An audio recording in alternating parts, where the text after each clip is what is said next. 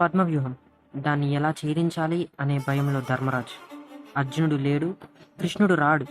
ఓటమి అన్న అంధకారం పాండవుల సైన్యాన్ని కమ్మేస్తున్న వేళ వెలుగులా నిలబడ్డాడు అభిమన్యుడు. అర్జునుడి కొడుకు, కృష్ణుడి మేనల్లుడు, కౌరవుల సైన్యానికి మృత్యువు. అంతటివాడు ఎలా చనిపోయాడు అనేది ఈ వీడియోలో చూద్దాం. అసలు పద్మవ్యూహంలో ఏం జరిగింది? 10వ రోజు భీష్ముడు అంపశయ్య మీద నుండి కర్ణుణ్ణి సేనాపతి అవ్వమని అంటాడు. కానీ దానికి నేను ఇంకా అర్హుణ్ణి కాదని చెప్పగా ద్రోణాచార్యుని సేనాపతిగా మారుస్తాడు దుర్యోధనుడు. తన మీద పెట్టుకున్న నమ్మకంతో 11వ రోజు ధర్మరాజుని వేటాడతాడు ద్రోణాచార్యుడు. కానీ అర్జున్ని చూసి ఆగిపోతాడు. 12వ రోజు అర్జునుడు ధర్మరాజు పక్కనే ఉండి యుద్ధం చేస్తాడు. ఆ రోజు రాత్రి దుర్యోధనుడు ద్రోణాచార్యుణ్ణి దూషిస్తాడు. ఆ మాటలు విని ద్రోణుడు సుశర్మని రేపు అర్జునుడిని దూరంగా తీసుకువెళ్ళమని చెప్తాడు. ఆ సుశర్మ సంశపక్తుల అన్న సైన్యానికి రాజు.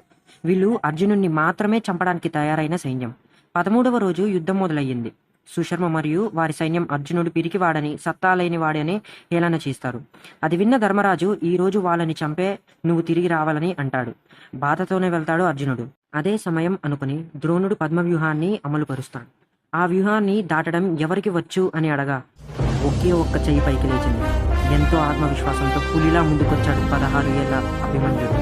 నీకు వచ్చా కుమారా అని అడగ్గా ప్రవేశించడం మాత్రమే తెలుసు అని అన్నాడు. అది చాలు, నీ వెనక మేముంటాం అంటూ పాండవులు కదిలారు.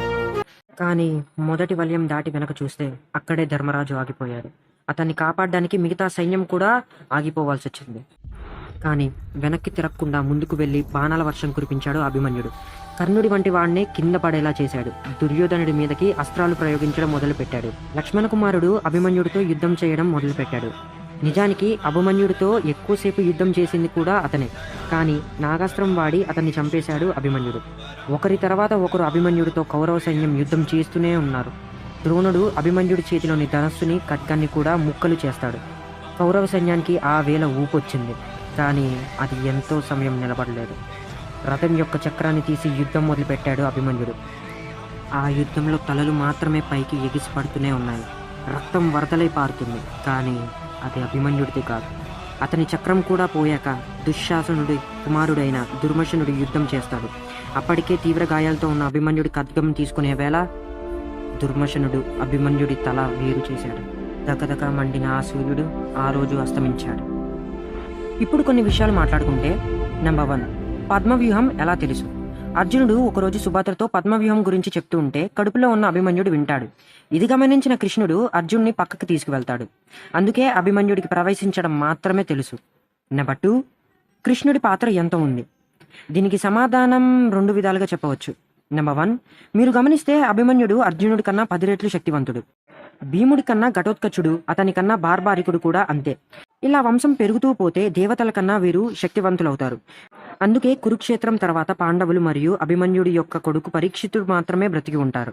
నెంబర్ 2, భవిష్యత్తులో విష్ణుదేవుడు కృష్ణుడి అవతారంలో చేసే లీలలు చూడడానికి ప్రతి దేవత మనిషి రూపంలో పుడుతున్నప్పుడు చంద్రుడి యొక్క కుమారుడు వర్చస్ అభిమన్యుడిలా పుడతాడు. కానీ చంద్రుడు 16 సంవత్సరాలు మాత్రమే పంపుతా అన్న షరతుతో పంపిస్తాడు. అలా అభిమన్యుడు 16 సంవత్సరాల తర్వాతే మరణిస్తాడు.